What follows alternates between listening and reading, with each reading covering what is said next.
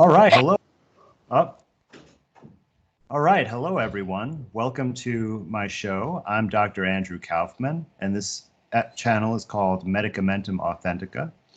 Today is April 3rd, 2020, and I have some very special guests I'd like to introduce to you. We have Dawn Lester and David Parker, the author of this excellent, well-researched book that I encourage you all to check out. They have done a couple of interviews lately and uncovering a lot of the fallacies and poor scientific conclusions in the medical community and in our medical system. And today we're going to talk about a very relevant topic to what's going on. We're going to be talking about viruses and germ theory. I'm very hopeful that this discussion you're about to see will clear up many of the questions that you have about these topics. I have been inundated with emails and messages with all kinds of questions about this, and I think this is going to be as close to a possible definitive response. And I encourage everyone out there to read further and do your own research and decide for yourself what you think about this issue. So welcome, David and Dawn. Thank you very much, Andy, for having us on your show. We're looking forward to this as well. Yes, definitely. So what I was going to do, unless you have any objections, is for your listeners who obviously don't know us, is to just give a very brief reason as to why we wrote the book in the first place. And this came around really because of years ago, personal experiences within certainly my family. I've spoken about this before with various close family members and close friends who were diagnosed with various cancers. And they all, as we all thought, you take the standard medical advice and take the standard medical treatment and do everything that the physicians asked them to do. And unfortunately, all 6 people died. And this sort of came at a time when the medical establishment were always saying how much success they were having with cancer in fighting it, and things were getting better, and they were sort of having a 50% success rate. And I'm thinking, well, that doesn't correlate with my own personal experiences where they've had a 100% failure rate. So that was probably the first big hit, because it's quite emotional too, as to that there's something wrong with the medical establishment's treatment, and also in what we're being told by the government and the medical establishment. It didn't correlate. Right. So, well, David, if I may interrupt for a second, that's a really excellent point. And earlier in my career, I was a physician assistant, and I worked in Department of Hematology and Oncology for 2 years, and I took care of patients with all kinds of cancers, focusing on cancers of the blood system. And I share the same exact experience. There was almost no one who survived. Sure. And the little other interesting point of this was another relative who was an elderly lady who was also diagnosed with cancer. And but she flatly refused to, as she put it, be messed about by the medical establishment. Good for her. Quite a strong-minded Exactly. elderly lady, and she refused anything at all. And she said, "I'll just get on with it, and what happens, happens." And over a period of a year or two, because they still monitored her to see how she was getting on, and I guess after about 2 years, they were able to say that, so your cancer's actually completely disappeared. And she lived a nice, healthy life into very old age. So. Wow. All of this added to, I was thinking, well, this is very strange. All the people in my family and friends who followed the medical establishment died, and the one that didn't is still alive. So that's really what sort of kicked it off. I thought there's something wrong. There's something very wrong. So Dawn and I were writing another book, which was absolutely nothing to do with the medical establishment whatsoever. But there was a section in it where we needed some information about viruses. And so we thought, well, we don't know a great deal about it at that time, and we're going back some years now. So we'll have a look into it. And the first thing that I guess that we really came across was that there was a controversy over HIV/AIDS. which we didn't know about. We didn't know there was any controversy at all. But the more we looked into it, the more we thought, this was not a clear-cut case. There was quite a lot of high-powered, if you like, educated people. I'm thinking of like Peter Duisberg, Dr. Peter Duisberg, and others that were saying, there's something very wrong with this. We doesn't believe there's a virus at all that's causing AIDS. So that was our first wake-up call, if you like, when we thought, okay, well, we'll look into this. And Dawn and I decided right from the outset that we would not take anything for granted. We'd look for the evidence. We wouldn't take anything that anyone said in authority unless we could find the evidence to support it. So that was really what kicked off the present book, which was we thought, well, we'll ask the most basic question of all, which is, well, what really makes you ill? Hence the title of the book. And we continued our research on that to look, not to just, if you like, attack the medical establishment. That wasn't in our minds at all, because we knew doctors and nurses, some family members, and we knew that they were always trying to do their best. They were following the rules, they were following the guidelines, they were following their education. But of course, if what you're being taught is wrong and you don't know, then you're doing the best thing, but it's not going to work out right. And of course, that's what's really been happening.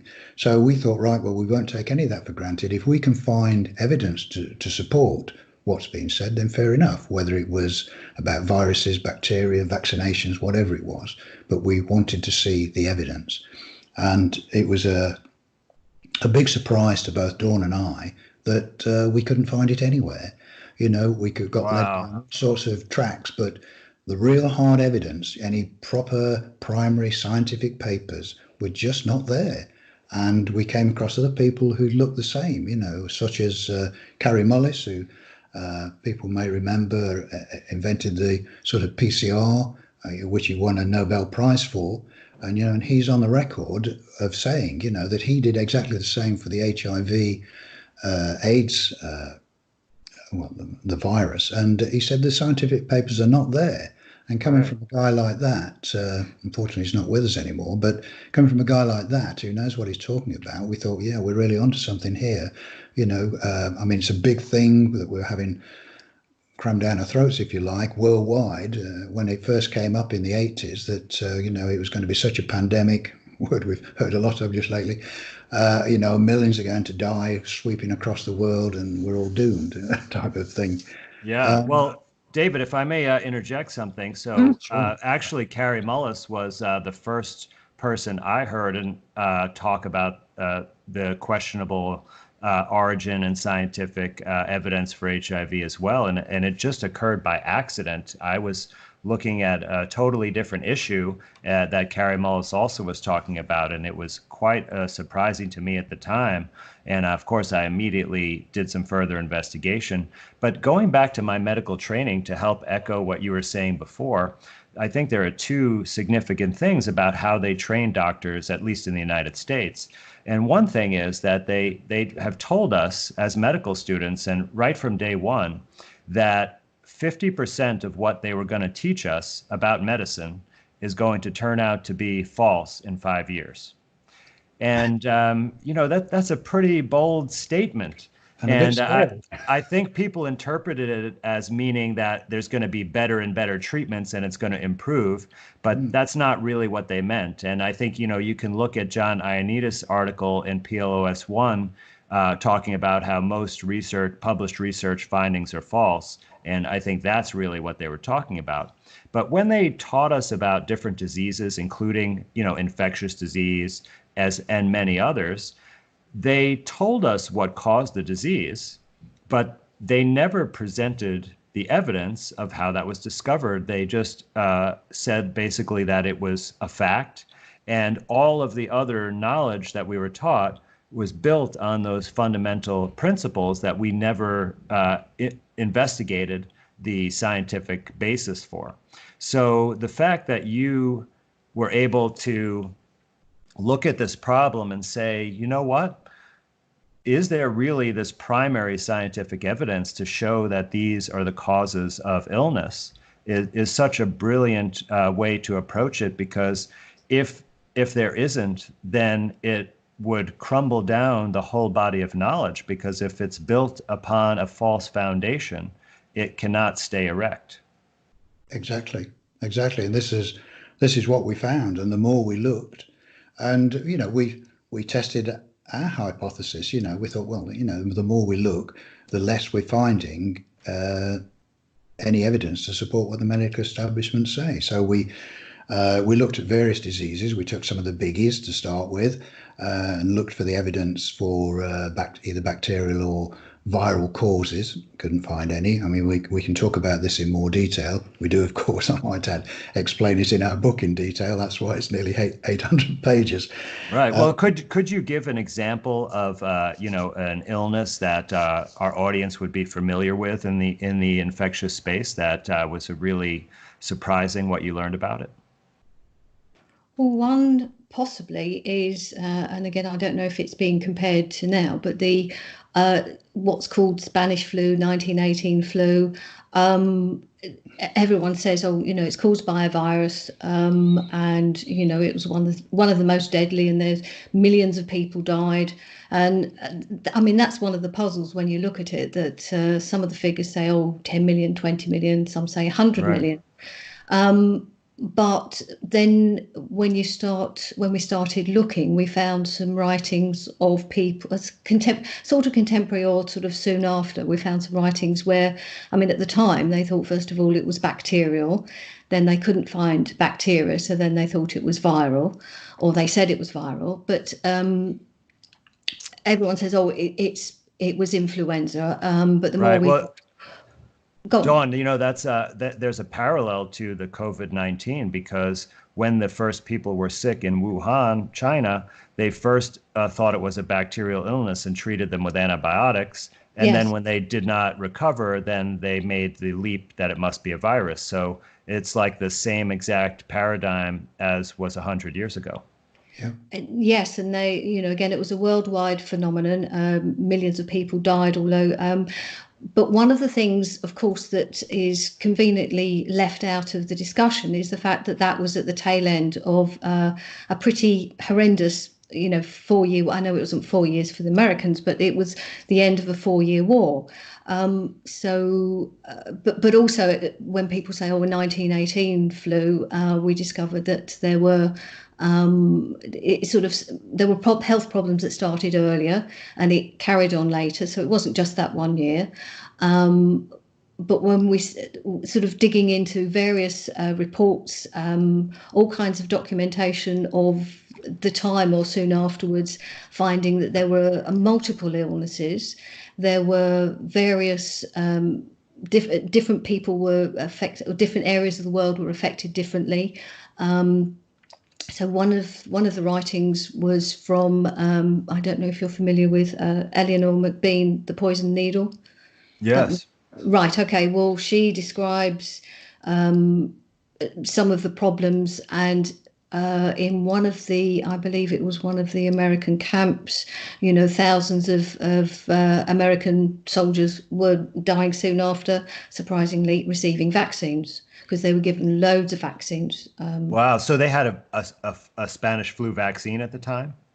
No, vaccines for all kinds of things, typhoid or whatever. Oh, right. Smallpox and diphtheria, I think is. Yes, they were had at the time, right? Yeah, they were given a number of vaccines pretty much at the same time. So, there are parallels again with Gulf War syndrome.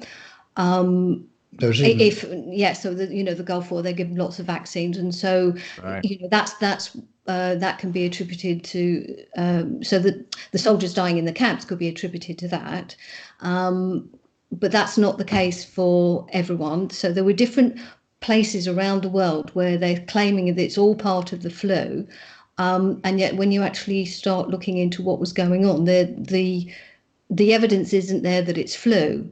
That people were ill, but we found lots of other reasons. One of which I can't remember the title of it's a long article, but about aspirin.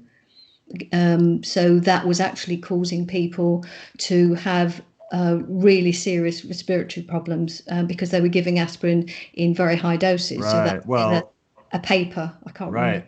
they've always taught us in medical school that aspirin can make asthma worse.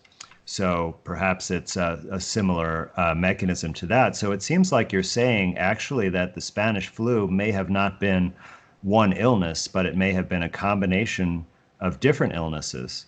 And that there's really no evidence that there was an influenza virus causing it. So Dawn, maybe you can introduce to us, like, how, if you were a scientist or a health researcher, how would you go about proving that a virus was responsible for causing an illness? Well, I think to our sort of simple minds, if you like, you've got, as we said right at the beginning, you've got to sort of follow the evidence and see what proof you've got. One is identifying that a virus, any virus, these sort of tiny particles, which they only discovered once they'd invented the electron microscope, which I think, just in case any of your listeners are in any doubt, these are not the nice big 3D moving pictures that you see on the media. You know, those are just computer generated images. That is not what you see down an electron microscope. They're just black and white, you would see, and certainly not moving. So we would want to see that someone could actually prove that whatever the particle was that they were identifying as the cause of the particular illness, and this goes for any virus, is that they have some proof to show that it's actually invading cells and actually destroying cells in some massive way to cause an illness, and for this to be written up scientifically. And it's that information we were looking for, primary papers that proved conclusively that they'd got a virus which was fully categorized and described and had definite proof that it was the cause of whatever disease they were specifying. And it's those papers that we've never caught sight of, and Carrie Mullis was referring to with HIV. Right. They're not there for any of these cases. So it's surmising. There seems to be a lot of it is just built on people are missing. One is misinterpreting what data they've looked at and then making suppositions from those misinterpretations. Right. It's 2 and 2 makes 5. And I think that's why your latest piece of work on exosomes is so important, where obviously there's more information available now, but I think people are still making those basic mistakes of misinterpreting what they see and making it out to be something else. Right. So you're saying that you have not found any experimental evidence from research papers that they've actually had people ill with an illness like the flu and been able to show in that person that they could isolate and purify a virus out of the sick people, and they would not be able to isolate that out of healthy people, right? And then they would be able to show that that virus particle was actually responsible for damaging tissue in the body. Correct, yes. And that there's no evidence of that for the flu or, in fact, any other virus that is told to us that causes illness. Correct, yes. Yes. One of the things that we did, as I suggested with, the 1918 flu, is that we went back to, well, what does, questioning what does the word virus mean, and realised that it comes from the Latin for poison or noxious substance, and because obviously looking at illnesses and took us to the vaccination topic, which is, there's so much connected. So we looked at some of the very original work and reports about the work of Edward Jenner, and a lot of material that was written by a number of eminent scientists and doctors at the time that looked into the topic of vaccination and called it a superstition. They called it a fraud, a hoax. So a lot of those papers, eminent physicians. There was Dr. Charles Crichton, who at one point was asked to write the vaccination article, I think, for the Encyclopedia Britannica of 1890 something, I think. So, we're going back a long way. That was before Wikipedia, wasn't it? Oh, yes. Well, yes. Encyclopedia Britannica is still, got, still around. Yeah, it's still Yes. around. Obviously not used as much as Wikipedia, but at the time he was very much pro-vaccines. There weren't that many at the time, but again, he was pro-vaccine. But instead of just writing the standard explanation of vaccination for his article, he decided to go back and have a look at it. And when he actually looked at the science behind it, he said there is no science behind vaccination. He called it a superstition. Others have called it a fraud around the same kind of time.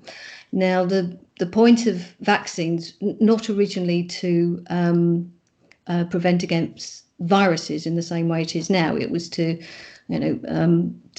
induce a mild form of the disease, which was supposed to protect you against a more virulent version. Right. It's been used, obviously, since they had the electron microscope and were able to find these smaller particles. But so much of the literature of that kind of time, when they were freer to talk about these things, shows that not only was vaccination regarded as a superstition and not based on science, but some of those same doctors, I can't remember the names off the top of my head, but some of those same doctors had looked into the germ theory, and they said the same thing, that there is no scientific basis for the idea that any germ causes any disease, which was quite astounding. And these again are, medically qualified doctors of the early 20th century, thereabouts, and they were pretty much, they have been pretty much kind of put to one side. It takes some digging to find this kind of information. And you say, how did we look? Well, we've spent a very long time preparing preparing the material. So it's I can't tell you how many hours, hundreds of hours we've spent. Really, yes, reading all these kind of documents. And if in the early 20th century there's no scientific basis for the idea that for the germ theory, and no germs have been shown to be the causes of any disease, if that was the case in the early 20th century, it's still the case now, because nothing's changed. So this is really incredible stuff. And something occurred to me while you were talking, because there are very small particles that you can see in the electron microscope, right, that have been labeled as a virus. But it's very important, the power of language, because if you take those particles and you don't know what they really are, but you apply the term virus to them, that automatically makes them the bad guy. Right. Absolutely. And my understanding is that the term virus was actually used in medical research before the advent of the microscope, and they even knew that any microorganisms existed. Right. And it's sort of akin to the concept of a miasma, which is some kind of foul substance in the air, right, that can cause disease. And certainly we know that air pollution is such a thing, right? And we know about black mold that people have in homes, right, that has some kind of toxic particle or substance in the air that we breathe that makes us sick. So there is some certainly truth to that has been shown scientifically. So I think this is a good segue into talking a little bit about germ theory and Koch's postulates. So let me ask you, what was the actual evidence that supported the initial idea of the germ theory? Well, I think, we're going back now probably about 150 years, something like that. Well, it does actually go back further, but most people think of it in terms of originating with Louis Pasteur, who I'm sure most people have heard of. Right. But Louis Pasteur, all of his ideas were stolen from someone else, weren't they? Pretty much. And it's good to remember that he was a chemist, so he wasn't a doctor, he wasn't a proper scientist, really. Whereas Antoine Béchamp was. Yes, a contemporary who was a scientist, and he knew pretty much that the things that Pasteur was putting out were unfounded. But like in all these things, people latch onto it who see that there's a way to make some money, and that's exactly what happened. But that's a bit more of a longer story. But suffice it to say, at the time when people were looking as to what could be possibly making people ill, and they were able with their optical microscopes to examine the blood, and first of all they could only see what we now know as bacteria. And it was while they were looking at bacteria that they made the first fundamental mistake, really, because they would see in the blood bacteria clustered around probably dead or dying cells, and made the basic mistake of the bacteria were the cause of the dead and dying cells, rather than realizing that they're actually part of the body's cleanup system. And so we often liken it to people seeing firemen around a burning house and then blaming the firemen for the fire. Wow. So the firemen are like the bacteria in this example, right? Yeah. If you misinterpret what you're seeing, which is what has been done, certainly with bacteria. And so they got labelled the bad guys because it was misunderstood what they were doing.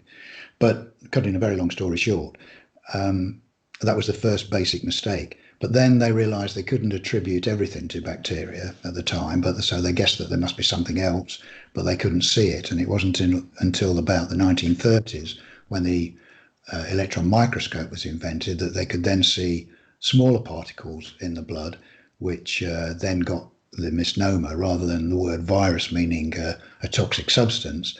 Right. These particles got called viruses, and they were labelled the bad guys ever since. And obviously the pharmaceutical companies have found these very useful things to invent new ones and blame them on just about everything you can think of.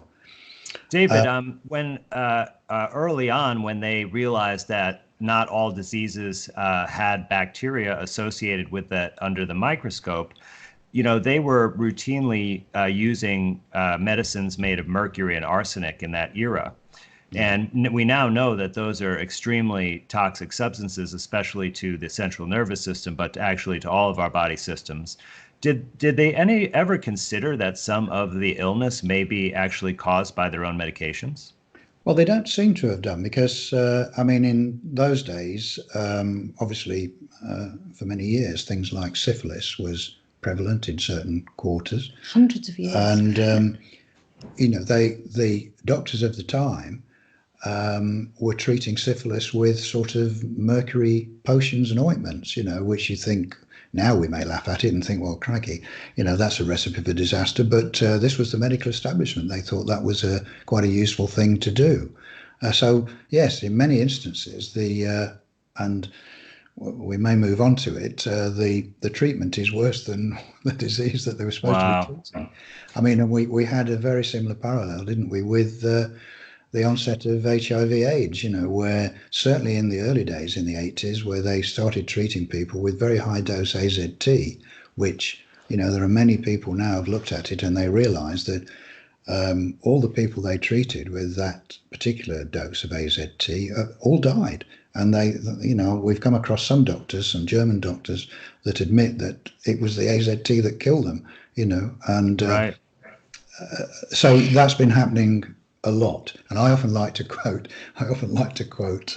Napoleon, people might not, where he said to his physician that one day it will be discovered that you physicians are responsible for more deaths than all us generals put together. And I think that's a very interesting quote.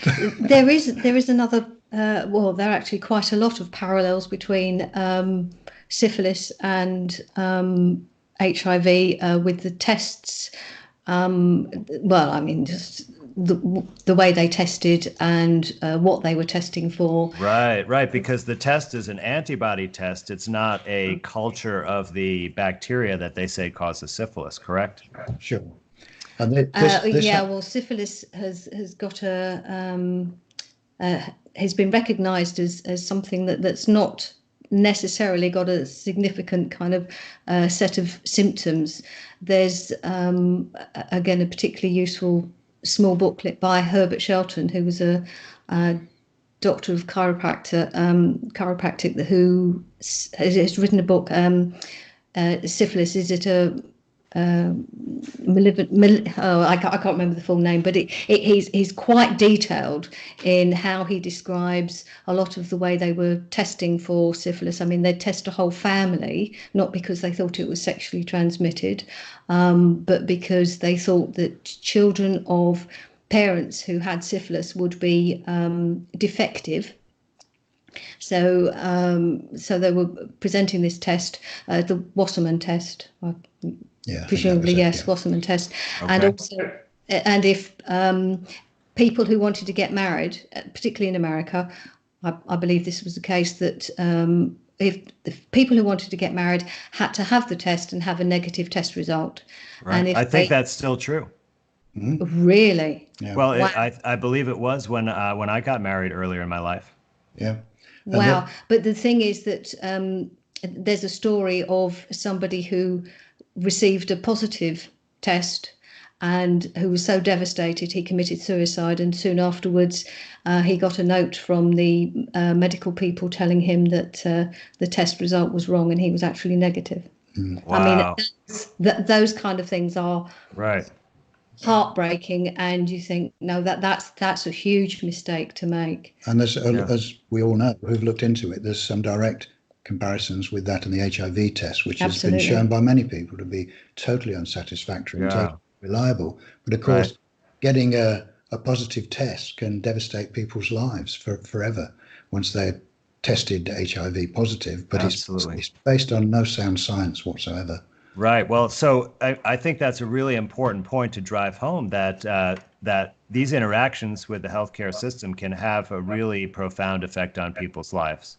And, the HIV test is particularly problematic because there are over 50 conditions that can give you a positive result. And some of these are extremely common, like receiving a hepatitis B vaccination, being pregnant after the first time, right, for subsequent pregnancies. And so these, almost everybody has these experiences and then could end up having a positive HIV test, which can change the rest of your life. Sure. Right. Yeah. So it really, and this is sort of a worrying, has worrying consequences for what's probably going to be happening around the coronavirus thing, where they're officially putting tests together based on PCR, which again, people should remember, Carrie Mullis, the inventor of PCR, has said this is not what it was designed for. This is going to give you inappropriate tests and unreliable tests, and yet they're going ahead and doing it. And I'm pleased to see on your presentation, I think you do mention that. And you can see what's going to happen. People are going to line up for their tests and they're going to be told, oh yes, you're positive or whatever, and then they're going to, all sorts of dire consequences are going to come out of that, not least of which might be this new vaccination that they're feverishly trying to put together, which we may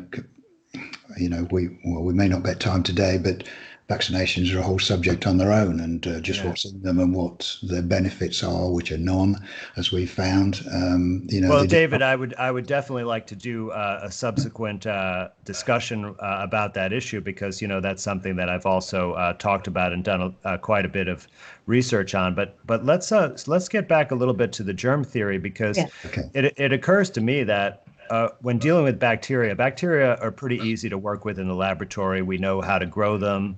Right. And we can, like you said, demonstrate that bacteria are present in various diseases that we have. Right. Like everyone knows about strep throat, that you could easily take the streptococcus bacteria out of someone and grow it in a culture. So wouldn't it be a pretty easy experiment to do, to just take that bacteria that we think causes a disease and put it in a healthy person's body, and they would get the same disease? Right. Well, this, of course, has been tried, because this is sort of Koch's postulate. His first postulate really says that anyone with a certain named disease should always exhibit the agent, the germ that's causing it. But there's many instances where, and that's a sound thing, that's a sound thing to do. But there are many instances where that doesn't occur. So someone can have the disease prescribed by the medical establishment, and the germ that is supposed to cause it is not present in their body. So you realize straight away there's something wrong, and the converse of that, You mean that the germ is in their body, but they're not sick? Yes, you can have that, and that they're sick and they don't have the germ in their body. So it makes a nonsense of the whole thing, really. But this is, of course, another one of the flaws that we found within the lack of science, if you like, and the teachings of the medical establishment. Right.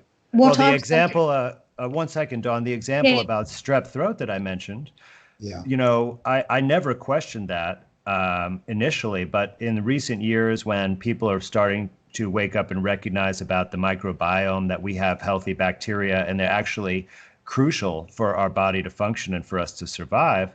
Well, one of those normal bacteria is Streptococcus. Yeah. So how could it be a normal bacteria and then also cause disease occasionally? Yes. Exactly.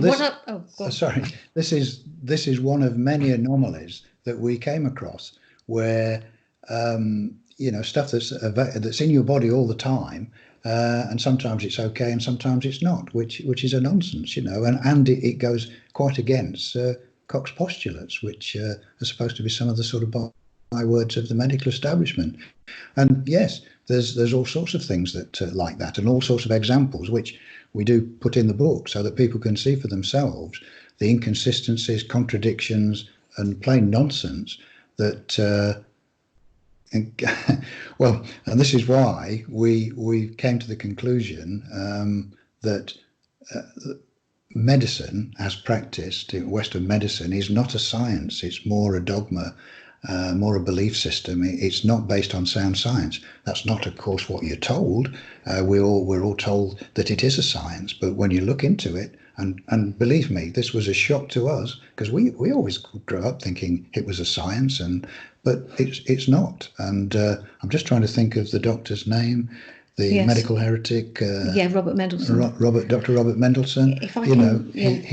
He wrote quite an interesting book as a practicing doctor with a large profession, and he said it's more akin to a religion than it is a science, and that's coming from a doctor. Yeah, that quite is. What did you want to add, Dawn? No, if we can go back to when you were saying about the strep throat, you said if you put the bacterium into a healthy person, the thing that needs to be done first is to actually test the healthy person if they have that particular bacterium present in the first place before you put the bacterium into their body. So just because you find it after you've got, not you, but after it's been theoretically put into the person, they might already have that. I mean, the Staphylococcus as well is another one that is found commonly on the skin, various parts of the body in healthy people, and yet it's supposed to be part of one of these superbugs, the MRSA. And again, how can something that is found in healthy people be something that causes disease? Because by definition, if it causes disease, it must cause disease in every case. Koch's first postulate. So if it doesn't cause disease, if it can be present without causing disease, it cannot be the cause of disease. And so we work with logic, and we think that's common sense, that's logic. How can it be twisted? Oh, well, sometimes it might. And so when we find these anomalies and think, well, sometimes it might cause disease, and in certain circumstances it might cause disease. But what are the circumstances? And we kept looking and reading. What are the circumstances? They don't explain it, right? Or they don't. It's just not there. It sounds like a very convenient justification, doesn't it?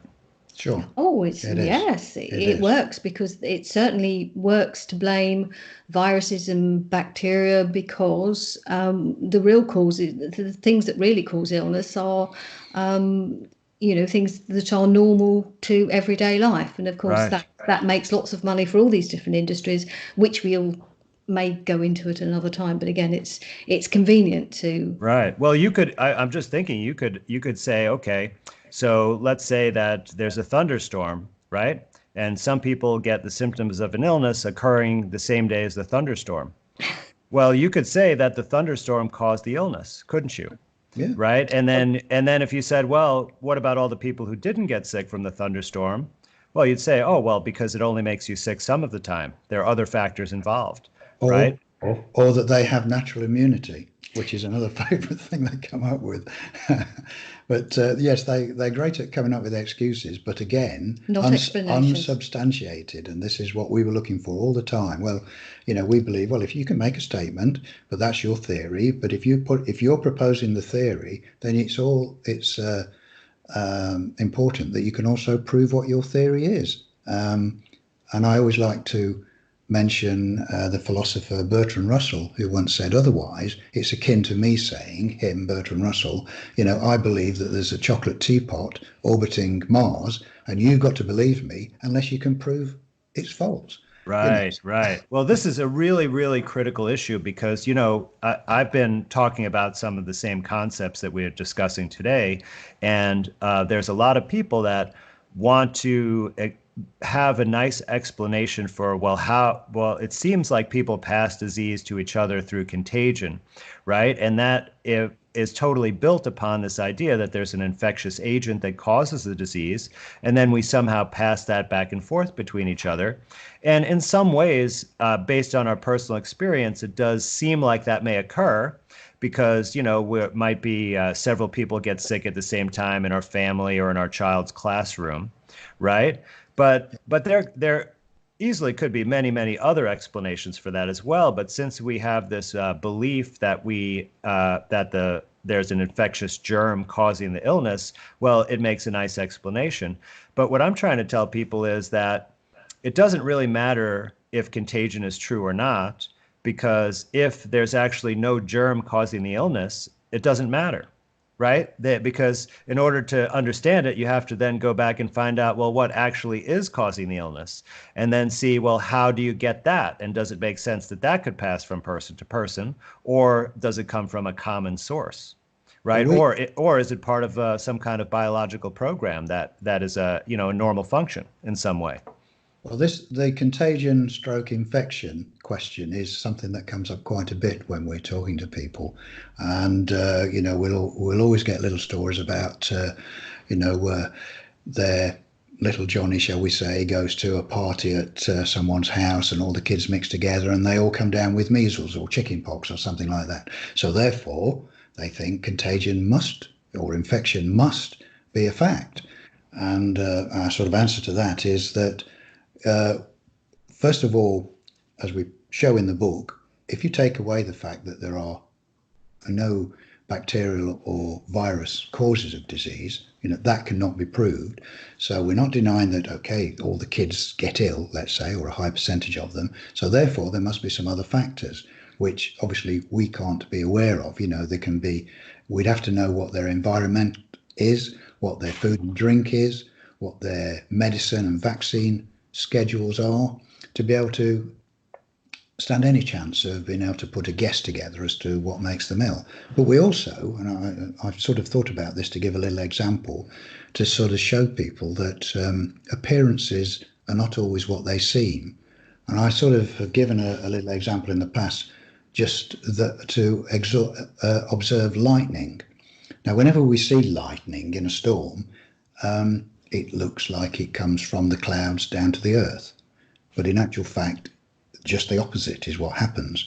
The electrical charge, it may surprise me, the electrical charge actually comes from the earth up to the clouds. But why you see the optical illusion is because the atmosphere is thinner near the clouds and more dense near the ground. So the electrical charge, as it passes up from the earth, heats the thinner atmosphere quicker and progressively slower as it comes to the earth. So you get this optical illusion that the charge comes from the clouds down to the earth, but it's an illusion. The charge comes from the earth to the clouds, but your observation would tell you otherwise. And so we're trying to give that as a little example so that people start to realize that just because you see a certain thing, it can be very misleading. And that's a prime example. Wow. So let me just see if I understand that correctly, because I'm taken back by surprise with what you just said about lightning. I need to brush up on my physics knowledge. Okay. But it seems that what you're saying is that the lightning actually doesn't come from the sky down to the ground. It goes the opposite direction, but we see it as if it's coming down to the ground because it basically heats up the air quicker in the upper atmosphere because there's less air to heat up. Yes. Right. So we see the light from that heat first. Yes. And so it's just like if you had, two pots of water and one pot had a gallon of water and one pot had a pint of water, the pint would boil first. Sure. That's right? Exactly it. That's exactly it. Wow, that's amazing. So we can really observe something and without very, very careful scrutiny can be completely fooled as to the explanation of what we're seeing. Yeah. Or even the nature of what we're seeing. Exactly. Yes. And contagion stroke infection is exactly that.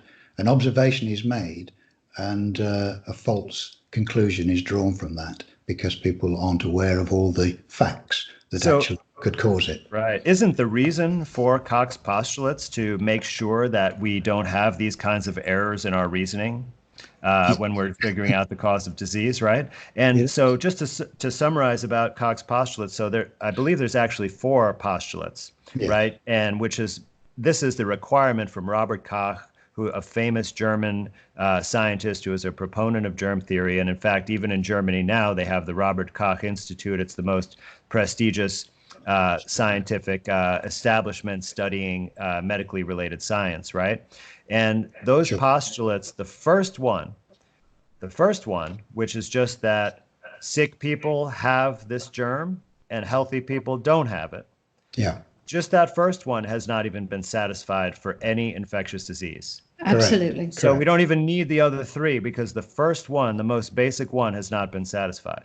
Yeah.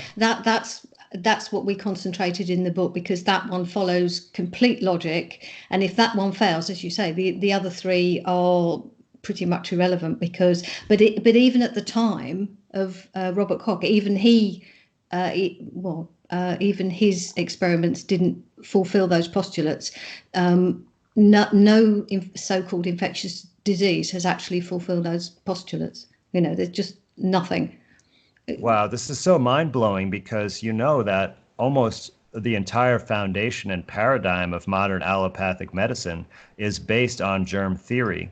And there's a good reason why it's called germ theory and not germ law, right? Yes. Or germ fact, because as you're saying, there's actually no experimental evidence to support it in any way. Yeah. Right. And wasn't there even one scientist who took this a step further and swallowed a really dangerous or allegedly dangerous germ? Yes. Max Pettenkofer. I'm not quite sure how it's pronounced, but yes. No, I mean there's some people say it's just a sort of urban myth, but it certainly was documented. Yes, exactly. It's documented.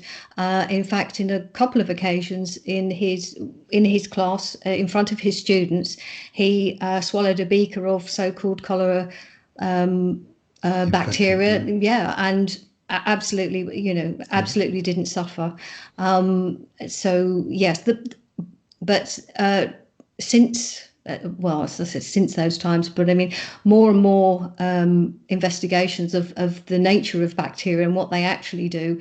There are at least as many bacteria in the body as cells, or approximately, or it's been approximated that, about the same kind of number, which is... Really? I thought there were 10 times as many. Yes, I've seen variations, but there are certainly a similar number, so which are tens of trillions of, so plenty of bacteria, and it's even admitted that only a few of them are potentially dangerous. But part of the role of the rest of them apparently is to protect the body from these dangerous ones. So if they're supposed, I don't think we necessarily accept that, though. No, we don't accept that. But again, it's the whole idea that the bad bacteria are just there's just a few of them. There are only a few of them that are bad, and the rest of them are good. So why don't the good ones that they outnumber them, but why don't they overwhelm them? But again, it's completely misunderstanding the role of bacteria, or the functions in the body. I mean, they have extremely beneficial functions, and one of them is that they're saprotrophic, that they're part of the decomposition of dead and dying material from the body. So they are not just in the gut, but everywhere. So you'll find them everywhere. They are essential for the cleanup process. Well, getting life rid of on Earth. They're essential for life on Earth. Right. Life wouldn't exist without them. And certainly the human body, life, the living organism of the body. Right. We need them. And a lot of the various chemicals and toxins that we're exposed to in modern life actually are deadly for those bacteria, aren't they? Like glyphosate is a great example of this, because bacteria are closely related to plants in much of their chemistry. And the chemical pathway that glyphosate, which is Roundup, works on, is actually conserved. So it's the same pathway in bacteria and plants. So when you eat foods that have been doused with glyphosate, and it, by the way, it penetrates into the flesh of the fruits and vegetables. It's not something that you can just wash off and completely get rid of.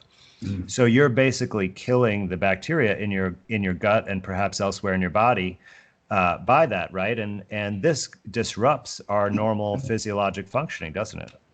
Absolutely. And of course, in the book, we describe these things in detail so that people can understand. It's a bit like a detective story. So we do sort of encourage people to start at the beginning and read through to the end, so that they're in no doubt as to the lack of science, and not only the lack of science to prove what the medical establishment says, but to give more plausible reasons, much more plausible reasons, for why these various diseases, because we looked at it in not only humans, but also in animals as well, to see whether the things like, we had a big thing in the UK with what was commonly called mad cow disease, and we investigated that to see what it was. And we're able to find that in the UK, it was down to the UK government's insistence that the farmers, when they dipped their cattle, used very high dosed organophosphates, which attack the central nervous system of the cows. Hence, they appeared to go mad and die. Because the wash was put on their neck, so obviously it seeped into their brains. Wow, this is incredible. This is particularly important for my clinical work, because I often actually recommend that people eat cow brain as a nutritional supplement to help them repair nervous tissue that may be damaged. And actually, it's quite effective. But it's hard to acquire because there are regulations based upon this myth of mad cow disease. So for example, a friend of mine that wanted to try this, he went to a butcher and asked about it, and the butcher, kind of said, "This isn't for eating, right?" And he said, "No, I'm doing an anatomy experiment." and that was the only way that he would actually sell it to him. Well, of course, as I say, there is a danger there, because I know it was particularly prevalent in the UK because of these crazy laws that the government put out, where it was high dose, which didn't appear to happen in any other countries. And that's why it was more prevalent in the UK than it was anywhere else. And this is what we wanted to get to the bottom of, and then we found out why. But of course, because it goes into the central nervous system of the cow, sends them crazy and kills them, there were instances, so-called instances of it happening to people to a lesser extent. Well, obviously people eating that infected meat, poisoned meat, let's give it its correct term, poisoned meat, could ingest some of those organophosphates, which are very toxic, and could then exhibit similar things, certainly become ill. So you have to, for anyone who is going to eat their meat, or certainly cow's brains, would need to be very careful, I would think, to see what the source was, and whether those animals had been treated with organophosphates. Absolutely. I mean, effectively, it was supposed to be for something fairly innocuous. It was, I think it was warble fly, which damages the hides of the cows and makes it less valuable, and it's sold for leather. I see. So it's an economic reason. It's not a disease that was causing any real problems to the cows, Correct. right? So this idea we're saying here, like a really scary illness, right? The mad cow disease. People were definitely frightened about that when there were major headlines. And you're saying it's actually not caused by any type of infectious agent, but it's caused by a toxic substance. Sure. So have you found evidence of other diseases that we were told were infectious that were actually caused by a toxic substance? Well, we all of them. Yeah. We found the toxic contributory factors for most diseases. We could see that various toxins at different times were involved. But the idea that there's only one cause for one disease is another paradigm that needs to be broken, because it just doesn't fit. There will always be a multiple combination of factors that contribute to different people's illnesses, and for almost every single person will have a different combination, will be exposed to a different combination. And that's why, as David said before, you have to look at each individual person's intake, nutritional intake, exposures environmentally, air pollution, things indoors, electromagnetic fields. We boiled it down to 4, as we explain all these things in the book. Yeah. I mean, it's very difficult in a relatively short space of time to sort of explain what took us years to put together and write about in 800 pages, and that's leaving lots out. But we do explain it in more detail in the book, and we do explain what the causes of illness to be, and of course then what to avoid. But I was just going to give what I found interesting, because we looked into dentistry as well. And there's some very interesting things come out of dentistry, and I can't remember the guy's name, but maybe another time, because he did write a book about it. Not Weston A. Price. No. But he'd done Hal Huggins. That's it. Say that again. Hal Huggins. And Thomas Levy. An American dentist, with a large practice. And he'd been doing some experimentation. And this particular case that he talked about was a young girl who he was working on, but had been diagnosed with leukemia. And he got permission to take out all her fillings, and which he did. And within a very short space of time, her leukemia had gone.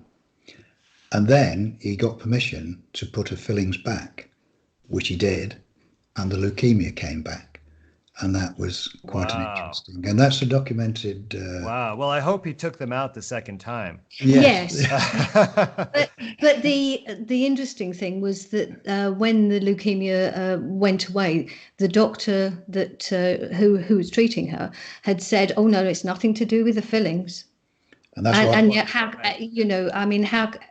how much better? How do we treat leukemia today? We basically give people poison, and actually the chemotherapy for leukemia is among the most aggressive, most cytotoxic chemotherapy that exists. Wow. Right, because they're trying to the strategy is to come as close as possible to completely obliterating the bone marrow, which is where all of our blood cells are made, and just to leave a few healthy stem cells, hopefully, that can regrow the blood. And I've not seen that strategy be successful in one individual in my personal experience when I used to do that kind of work. But I think another great example to bring up, and this example shows an illness that's thought to be infectious, caused by not just one toxin, but over time there was a shift in the poison that caused the disease. And what I'm talking about is related to the gypsy moth, which was an invasive species brought over from Europe to the United States. And it was kind of devastating because it would completely clear all the foliage off of a common type of tree in the forest. I can't remember which tree, but essentially, and then it would also damage all of the crops in the farm. On the farm, so it was affecting the food supply. So there was like a panic. What are we going to do about this invasive gypsy moth because it had no natural predators? And someone came up with this idea of using lead arsenate, right, which has both arsenic and lead. And I think everybody knows now that those are very poisonous metals, right? And we all think of arsenic as something that can be used to poison someone like in a homicide, right? Because there's literature about that, right? Arsenic and old lace. So we're very familiar with this. But at that time, people were mixing up solutions of this, in their backyard with a hose. They were not using any protective equipment, and they're basically spraying it to cover every tree, everything in their garden, right? All of the summer fruits.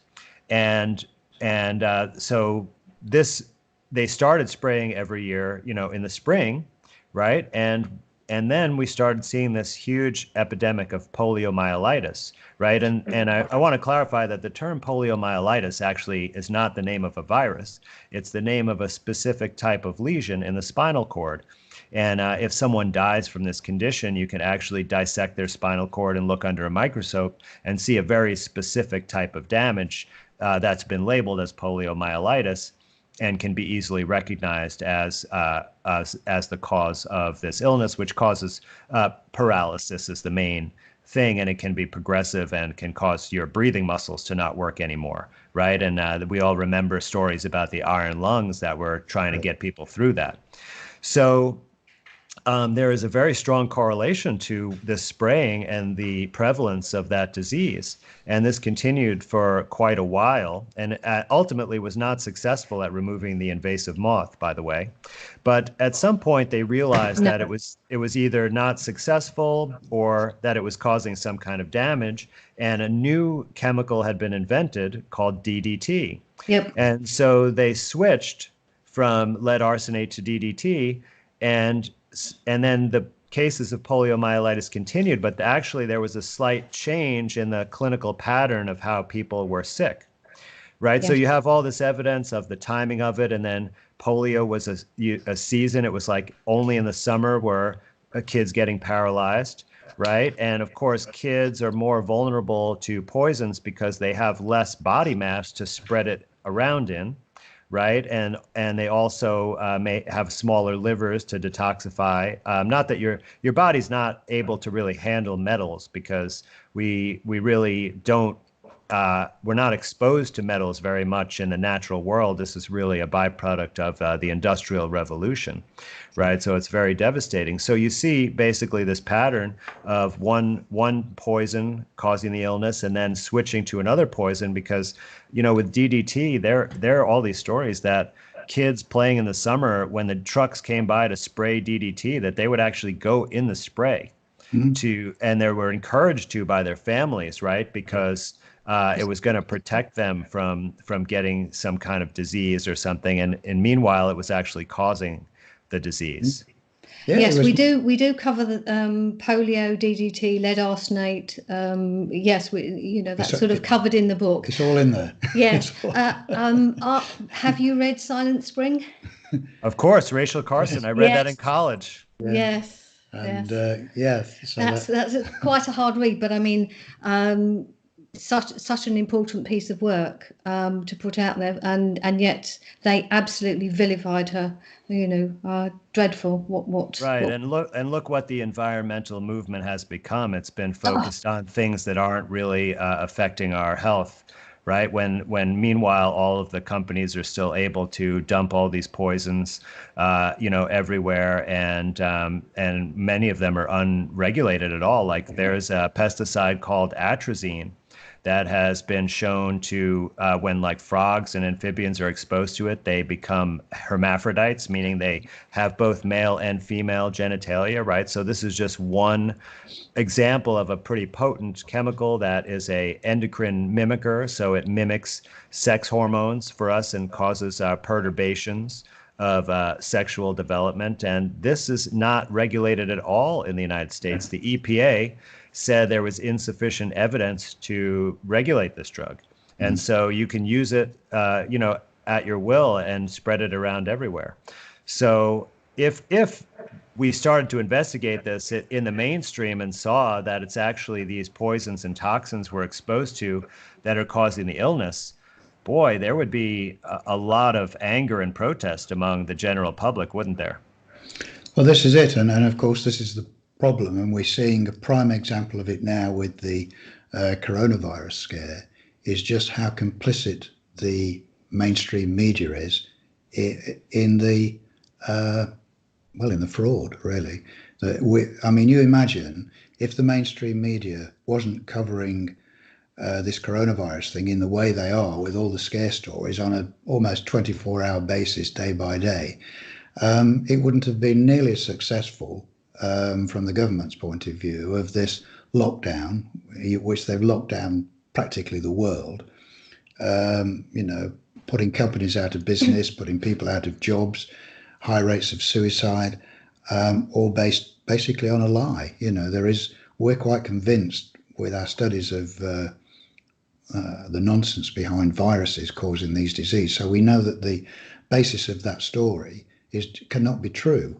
So if people are getting ill, and that's a big if, because if there are people getting ill, then it's for some other reason. But I don't believe anything like those numbers can be true. And I did start having a look at, just for the UK, where the government publishes year on year, month on month, the death rates, right. total death rates in the UK. And you can see no change, so there's no spikes. And I shall keep watching that throughout this year. But because it stays fairly constant around, year in, year out. And if there's going to be some pandemic, as we're told, then you would expect to see spikes in that. But there isn't anything. There's nothing showing so far. And I've looked at some of those data sources as well. I've seen the one from the UK government, and there's another one that looks at a bigger section of Europe called MOMO. Yes. Right. And so what they're looking at is called excess mortality. So in other words, so far in 2020, are more people dead this year than the average for any given year. Right. And this is a really important thing to monitor, because if there is some new type of illness that comes about, right, this is how we're going to capture it. That you're going to see an increase in total deaths. And then, that would be a signal to start investigating what could be causing it. And so this year, we're not seeing any spike like that at all. And I want to give some important numbers, because we're talking about, poisons and toxins being a major cause of illness, and most likely the explanation for virtually all of the diseases that we are told are infections, right? Specifically, and I'm sure also cancers. But if we look at the actual number of people who are dying from other things like pharmaceutical prescription drugs.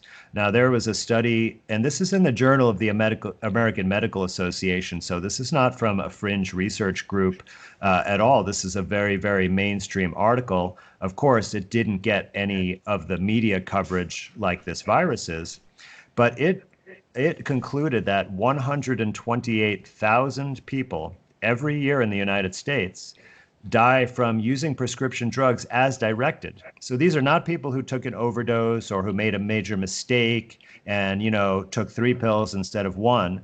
These are people who are actually following the instructions, and they die from the drugs. And, in my opinion, many of these drugs are poisons.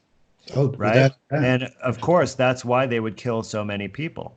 And that number just in the United States is just an order of magnitude higher than the total number of deaths worldwide from this corona, that are blamed on this coronavirus. So I agree with you that I've looked carefully at the papers alleging that this virus causes disease, and they once again have not satisfied Koch's first postulate at all. In fact, they haven't even directly isolated and purified any viral particle from people who are sick. They have to mix it with cells.